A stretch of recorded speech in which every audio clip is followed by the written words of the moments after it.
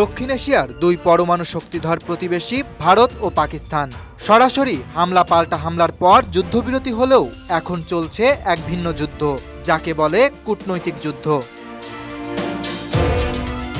সম্প্রতি ভারত শাসিত কাশ্মীরে বন্দুক হামলার ঘটনাকে কেন্দ্র করে নয়াদিল্লি দোষারোপ করছে ইসলামাবাদকে।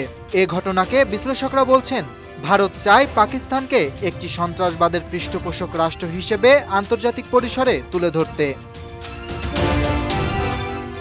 এর অংশ হিসেবে নয়াদিল্লি ৩০টিরও বেশি দেশে কূটনৈতিক প্রতিনিধি দল পাঠিয়েছে। তাদের ভাষ্য, পাকিস্তান মদদ দিচ্ছে ভারত ও ভারত শাসিত কাশ্মীরে হামলা চালানো সন্ত্রাসী গোষ্ঠীগুলোকে।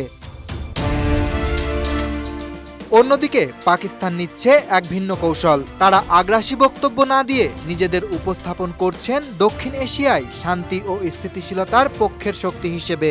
সাম্প্রতিক সফরে পাকিস্তানের প্রধানমন্ত্রী শাহবাজ শরীফ, সেনাপ্রধান আসিম মুনির ও উপপ্রধান ইসাকদার তুরস্ক, ইরান, আজারবাইজান এবং তাজিকিস্তান সফর করেছেন।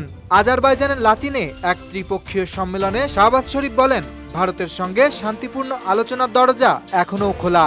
তার শর্ত, ভারতের উচিত আন্তরিক হয়ে সন্ত্রাসবাদ দমনে সহযোগিতা করা। তিনি বলেন, আমরা এই অঞ্চলে শান্তি চাই। কাশ্মীর সহ যেসব বিষয়ে উত্তেজনা আছে তা শান্তিপূর্ণ আলোচনার মাধ্যমে সমাধান হোক। কাশ্মীর ইস্যুতে জাতিসংঘের ১৯৪৮ সালের প্রস্তাবের কথা মনে করিয়ে দিয়েছে পাকিস্তান।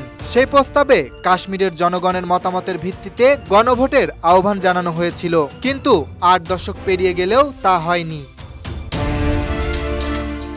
দুই দেশের মধ্যে এই কূটনৈতিক লড়াই এখন পৌঁছে গেছে আন্তর্জাতিক পরিসরে।